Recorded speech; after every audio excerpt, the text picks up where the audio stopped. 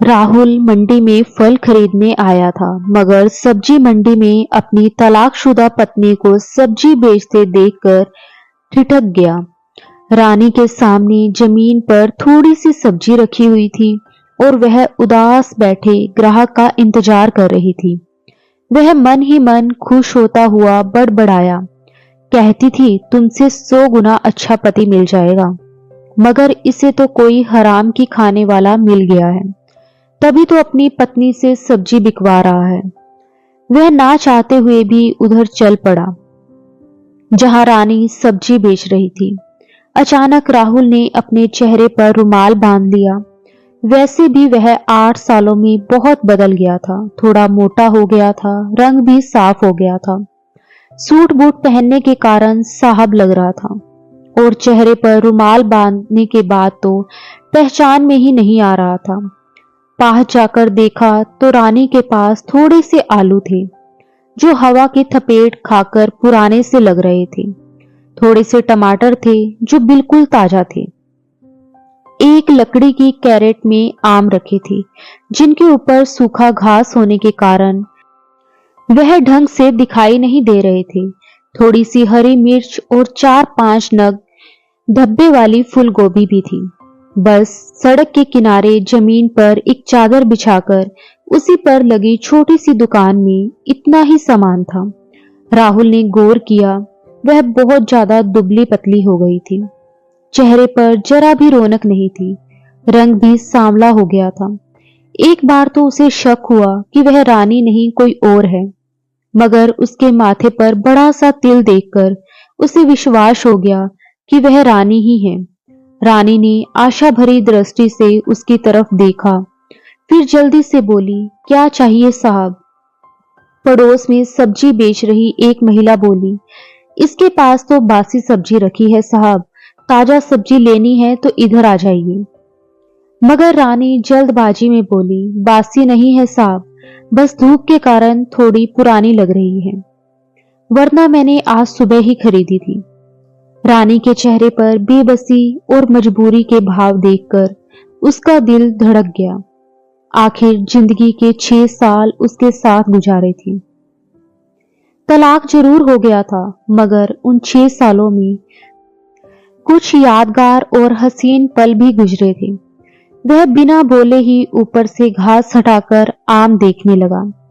आम थे तो बढ़िया किस्म के, मगर उसमें भी सिलवटें पड़ी हुई थी, पुराने होने के कारण पिछले हुए थे। वह बोला, ये तो सचमुच खराब हो गए हैं। रानी अधीर होकर बोली, नहीं साहब, खराब नहीं हुए हैं, बस थोड़े से अलसाए हुए लग रहे हैं। ले लो ना साहब, शाम का वक्त है, सस्ता लगा दूंगी। वह वहां से जाने का नाटक करते हुए वह बोला, मैं जानता हूं यह खराब हो चुके हैं, छिलका उतार कर देखो, अंदर से काले पड़ गए हैं। वह गिड़गिड़ाते हुए बोली, आप एक आम खाकर तो देख लो सर, अगर खराब लगे तो मत लेना। 2 दिन से बेटे की तबीयत खराब चल रही है, इस कारण दुकान ढंग से नहीं लगा पा रही हूं। बेटी का नाम सुनते ही राहुल को झटका सा लगा। उसके सामने अपनी प्यारी सी बेटी का चेहरा उभर आया। तलाक के वक्त उसे आखिरी बार देखा था, तब वह 4 साल की थी। अब तो 10 साल की हो गई होगी प्रीति। वह एक आम उठाकर राहुल को देने लगी, मगर वह तो बेटी के ख्यालों में ही खो चुका था। बेटी की तबीयत खराब होने का समाचार पाकर उसके दिल में कुछ टूटकर बिखरने लगा। लो साहब, चख के देख लो।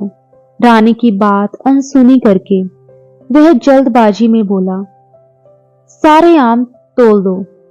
वह आश्चर्य से उसकी तरफ देखते हुए बोली, सारे? वह बोला, हाँ सारे तोल दो।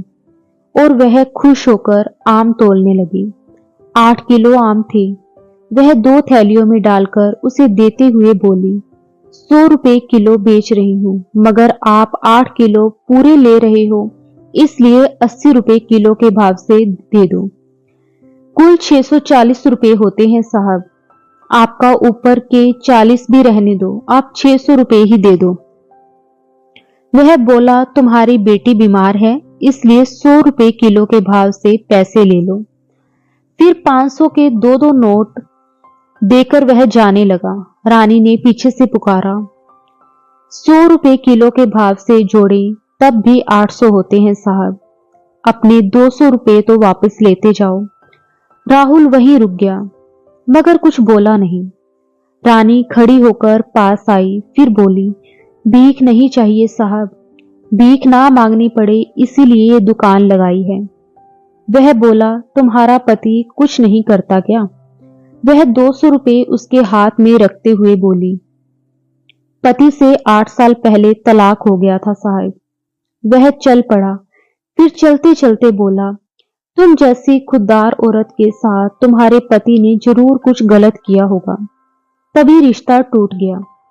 वह पीछे से बोली, नहीं साहब, पति अच्छा था, बस दिन खराब थे।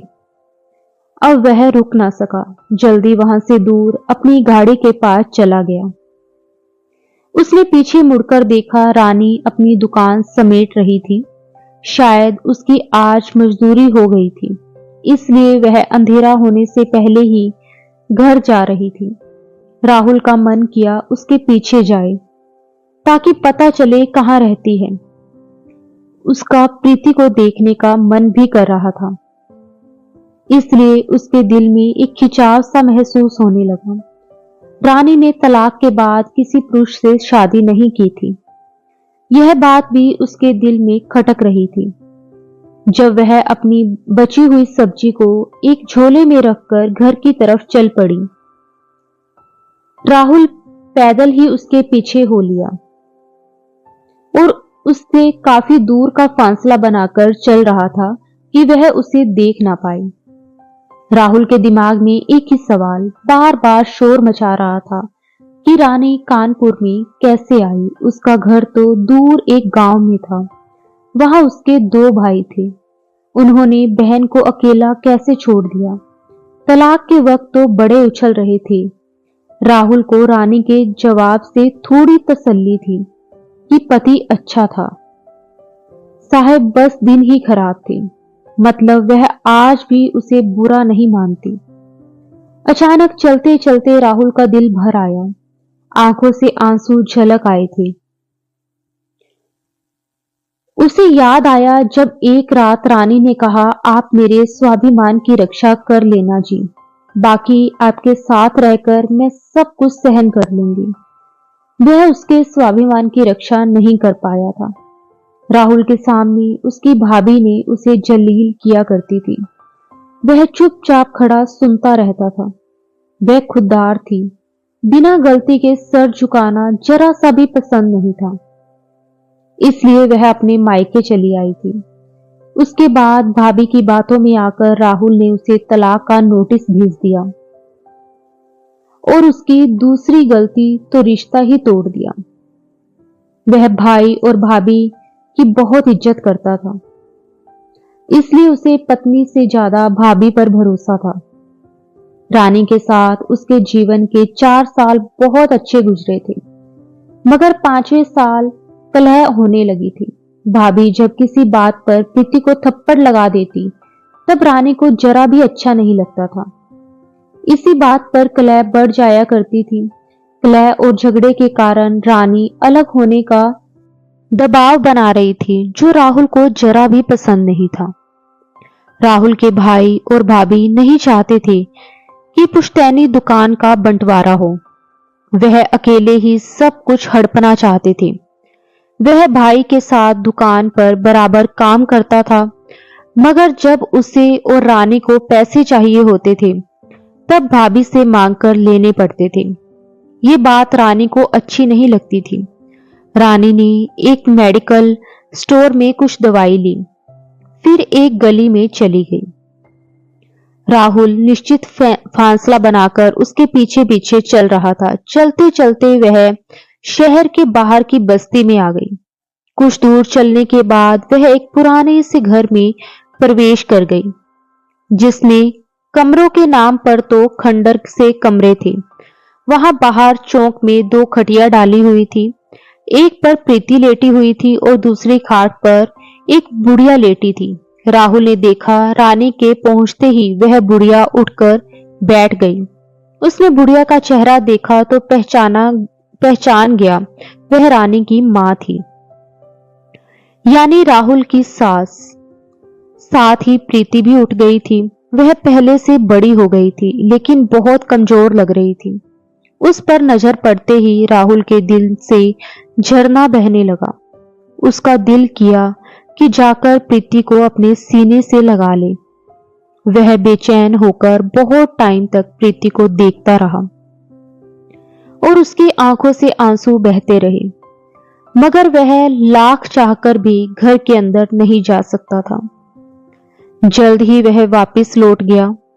उसे भाभी पर बार बार गुस्सा आ रहा था, जिसने उसके हंसते खेलते घर को बर्बाद कर दिया था। तलाक के समय भाभी कहती थी कि जल्द ही तुम्हारी दूसरी शादी कर दूंगी, मगर 8 साल हो गए, भाभी ने अभी तक कुछ नहीं किया। अभी तक रंडुआ ही जी रहा था। इस शहर में मैं अकेला ही रहता हूँ। यहाँ उसके भाई ने एक दुकान और 2 बेडरूम का घर खरीद कर दे रखा था ताकि धंधे को और आगे बढ़ाया जा सके। राहुल अकेला ही वह दुकान चला रहा था।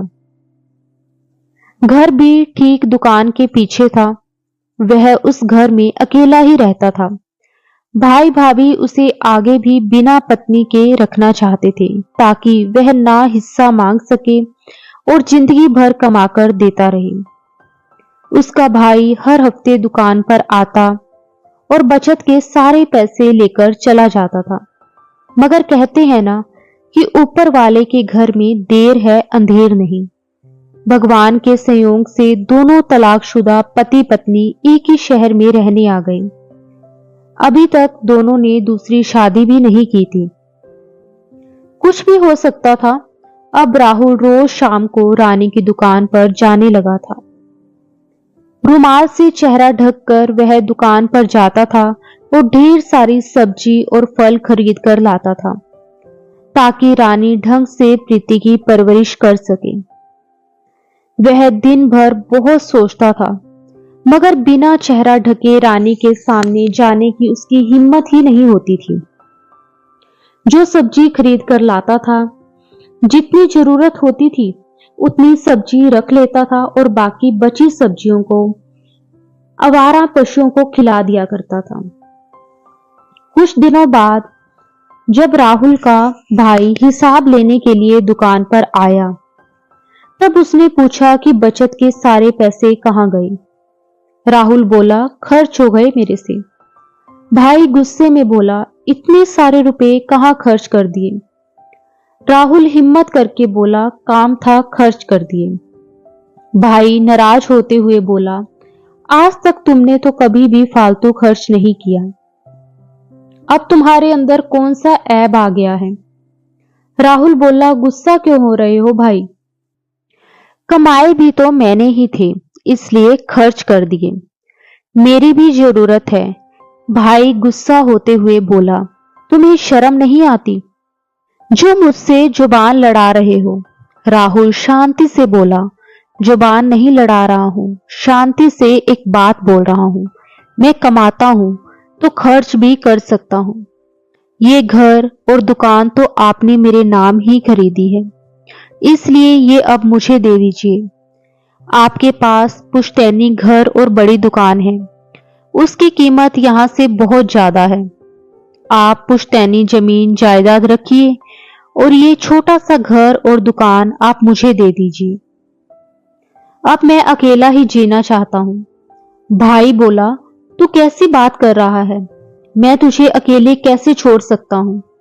अभी तो मुझे तेरी शादी करानी है, तेरा फिर से घर बसाना है। राहुल बोला, अब मेरी झूठी फिक्र करना छोड़ दो। आपने और भाभी ने मिलकर मुझे मेरी बीवी से अलग कर दिया और आप दोनों ने मेरा बसा बसाया घर उजाड़ दिया। 8 साल हो गए मेरी शादी को टूटे हुए। कहीं शादी की बात चलाई आपने? आप दोनों मेरी शादी करवाना ही नहीं चाहते थे, मुझे सिर्फ नौकर बनाकर रखना चाहते हैं। अगर पापा मेरी शादी करवा कर नहीं मरे होते तो मेरी शादी भी नहीं होने देते।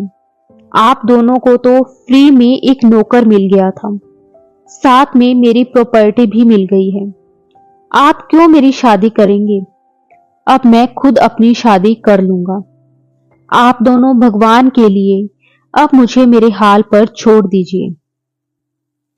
और अगर कुछ और गलत करने के बारे में सोचा भी तो मैं गांव में आकर भी सारी प्रॉपर्टी में हिस्सा करवा लूंगा। बड़ा भाई अब समझ चुका था कि उसकी चालबाजी पकड़ी गई है।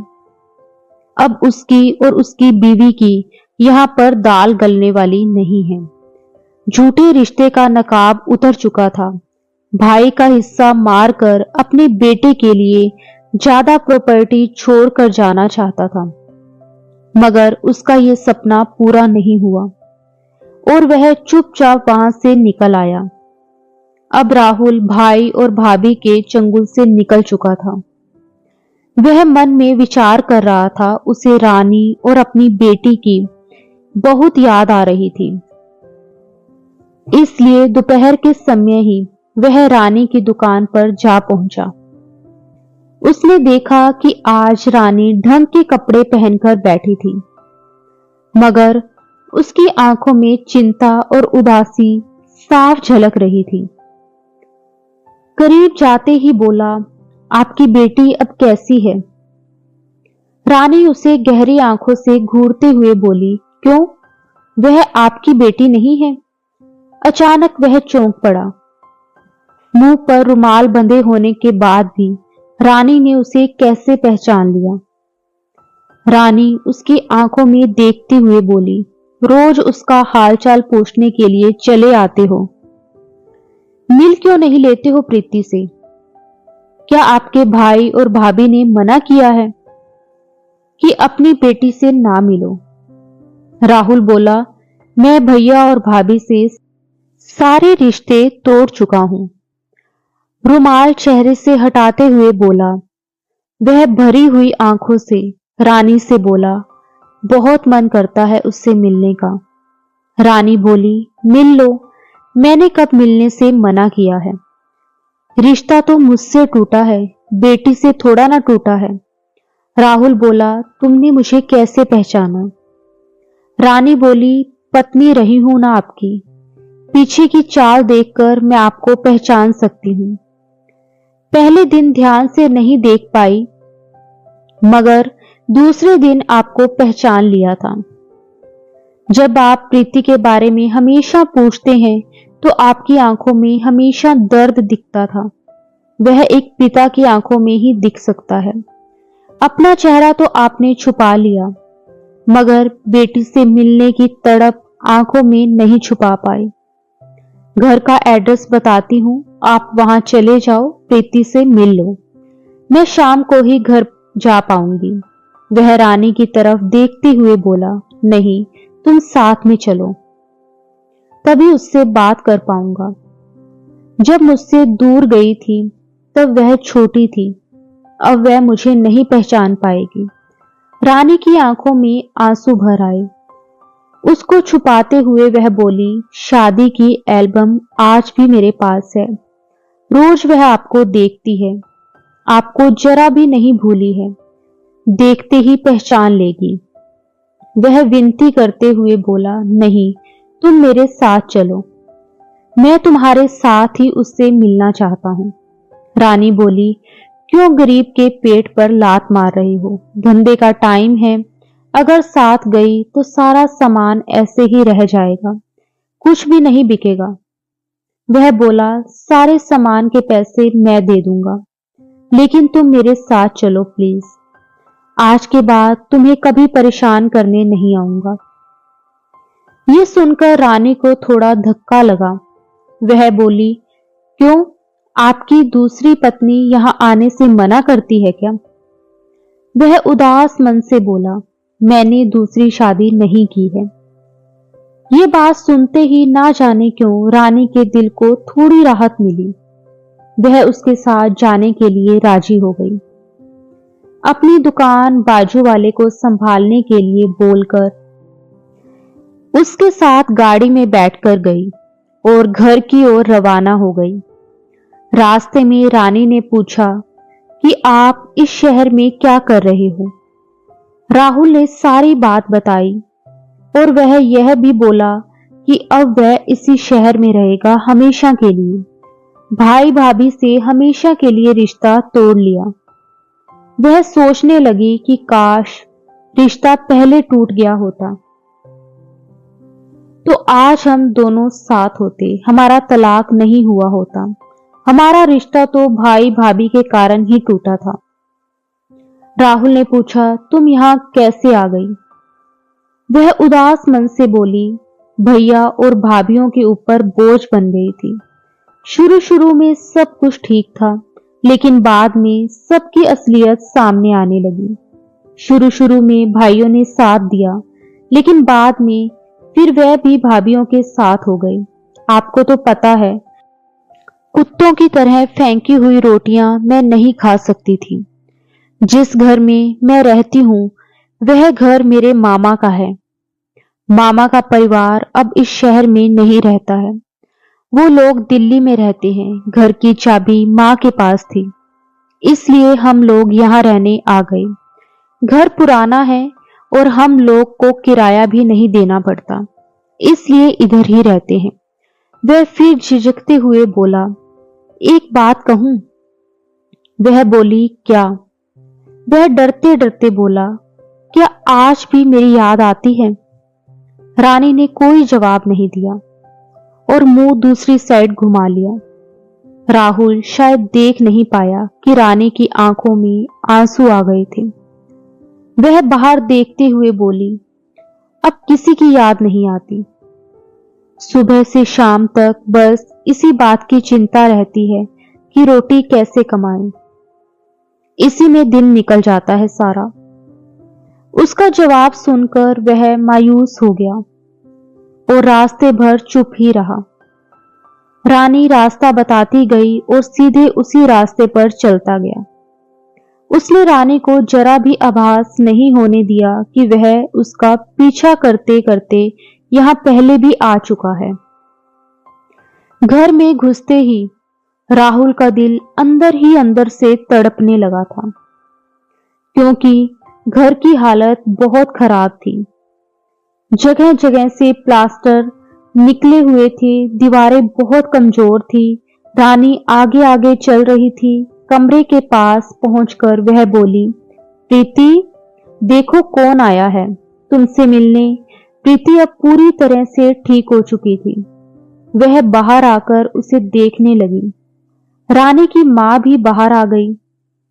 प्रीति उसकी तरफ टुकुर टुकुर अपनी बड़ी बड़ी आंखों से देख रही थी, लेकिन राहुल के पास नहीं आई। वह अपनी मम्मी के पास जाकर लिपट गई। रानी बोली, डरो मत बेटा, ये तुम्हारे पापा हैं। प्रीति बोली, पापा हैं? मगर गंदे पापा हैं। इन्होंने आपको बहुत रुलाया है। प्रीति अब बड़ी हो चुकी थी। उसे अच्छी तरह से सब कुछ समझ में आ रहा था। राहुल को जिस बात का डर था वही हुआ, इसलिए वह अकेला नहीं आ रहा था। रानी को साथ में लाया था। राहुल झिझकते हुए सास के पैर छूने लगा। सास भी 2 कदम पीछे हट गई।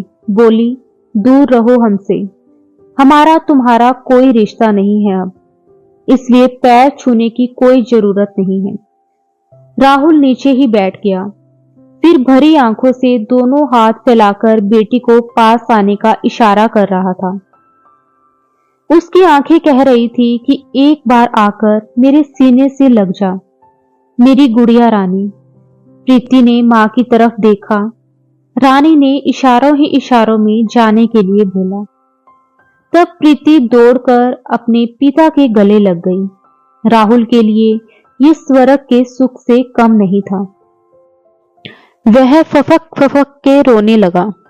रोते रोते बोला, माफ कर दे मेरी गुड़िया रानी, जिंदगी के फैसले खुद लेने में मैंने बहुत देर कर दी, वरना आज तुम और तुम्हारी मां मेरे साथ होते। फिर वह प्रीति को उठाकर गाड़ी के पास लेकर गया और गाड़ी की डिग्गी खोलकर बोला, देखो मैं तुम्हारे लिए क्या लेकर आया हूं। एक बड़े सी थैली में ढेर सारा सामान था। चॉकलेट, बिस्किट, खिलौने और कपड़े से थैला भरा हुआ था। वह एक एक सामान निकालकर प्रीति को देने लगा। रानी गौर से देख रही थी। ये सोचकर उसका दिल जोर से धड़क रहा था कि उस थैली में से उसके लिए भी कुछ निकलेगा, मगर पूरा थैला खाली हो चुका था। रानी के लिए कुछ भी नहीं था। रानी समझ गई कि वह सिर्फ यहाँ अपनी बेटी के लिए आया है। इतनी सारी चीजें पाकर प्रीति बहुत खुश थी। रानी बोली, अब चलते हैं, मुझे दुकान पर भी जाना है। राहुल प्रीति के सर पर हाथ फेरते हुए बोला, मैं फिर आऊंगा बेटा। रानी चुपचाप उसके बगल में बैठ गई। दोनों चुप थे। रानी सोच रही थी कि इतना सब कुछ बिटिया के लिए लाए थे, उसमें से कुछ निकालकर मेरा दिल रखने के लिए भी दे देती। तलाक हो जाने से थोड़े ही सब खत्म हो जाता है। वह गाड़ी चलाते हुए बोला, एक बात पूछूं? वह बोली, क्या? अगर तुम्हारे लिए कोई चीज लाता तो क्या तुम ले लेती? रानी तिरछी नजरों से उसे देखने लगी और फिर बोली, जब लाते फिर देखती, अब छोड़ो। वह जल्दबाजी में बोला, लाया हूं, तुम वादा करो कि तुम ले लोगी, मना नहीं करोगी। रानी का दिल जोर जोर से धड़कने लगा। वह सोचने लगी कि ऐसी क्या चीज लाया है जो देते हुए इतना घबरा रहा है। वह अपने अंदर की बेचैनी को छुपाते हुए बोली, लाओ दे दो। अब इतने प्यार से लाए हो तो मना कैसे कर सकती हूँ, मगर दोबारा कुछ लाए तो नहीं लूंगी। राहुल ने जेब से निकालकर मुट्ठी बांधकर उसकी तरफ दे दिया। रानी धड़कते दिल से हाथ आगे किया और राहुल ने जब उसके हाथ में वो चीज रखी तो वह खुशी से उछल पड़ी। कोई ऐसी वैसी वस्तु नहीं थी, वह एक मंगलसूत्र था। राहुल का दिल धक धक कर रहा था घबराहट के मारे। उसने साइड में गाड़ी रोक दी। रानी आश्चर्यचकित होकर बोली, ये क्या है? राहुल बोला, मना मत करना, नहीं तो मेरा दिल टूट जाएगा। बड़ी आस के साथ लाया हूं। मैं अपनी सारी गलतियों की तुमसे माफी मांगता हूं। मैं बहुत बड़ा मूर्ख हूं, इसलिए मुझे अपनों ने ही छल लिया और मेरी बेटी पत्नी से ही दूर कर दिया। जब जब तुम्हें मेरी जरूरत थी तब मैं तुम्हारे साथ खड़ा नहीं था, लेकिन अब मैं वादा करता हूं कि तुम्हारा हाथ कभी नहीं छोड़ूंगा। ये साथ अब मेरे मरने के बाद ही छूटेगा। अब हम फिर से नया संसार बनाएंगे, जहां प्रीति की अच्छी परवरिश और सासू मां का बुढ़ापा संवारेंगे। अचानक हुए इस वाक्य से रानी स्टैचू बन गई और वह कुछ बोल नहीं पा रही थी, बस एक टक मंगलसूत्र को निहार रही थी। राहुल बोला, रानी, ए रानी, मैं तुम्हारा वही राहुल हूं जिसके हाथों का तकिया बनाए बिना तुम्हें नींद नहीं आती थी।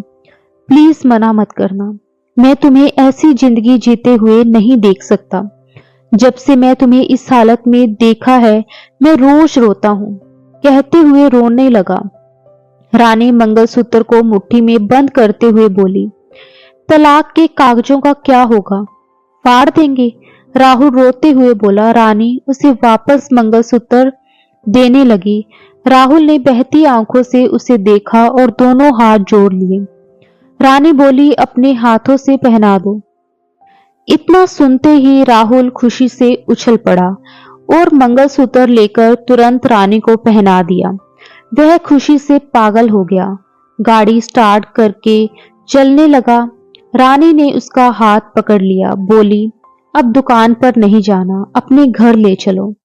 राहुल ने वापस गाड़ी रानी के घर की तरफ घुमा दी। प्रीति और अम्मा को गाड़ी में बिठाया और अपने मकान की तरफ चल दिया, क्योंकि अभी तक वह मकान ही था। जब रानी के पैर पड़ेंगे तब वह मकान से घर बनेगा। अगर आपको आज की कहानी पसंद आई है तो वीडियो को जरूर लाइक कीजिएगा और अपने दोस्तों के साथ भी शेयर कीजिएगा। और हाँ, अगर आपने अभी तक हमारे चैनल को सब्सक्राइब नहीं किया है तो जरूर सब्सक्राइब कर लें। मिलते हैं हम अपनी कल की एक नई दिलचस्प कहानी के साथ। मुझ पर सदा अपना प्यार और स्नेह बनाए रखें। सभी को मेरा प्यार भरा नमस्कार दोस्तों।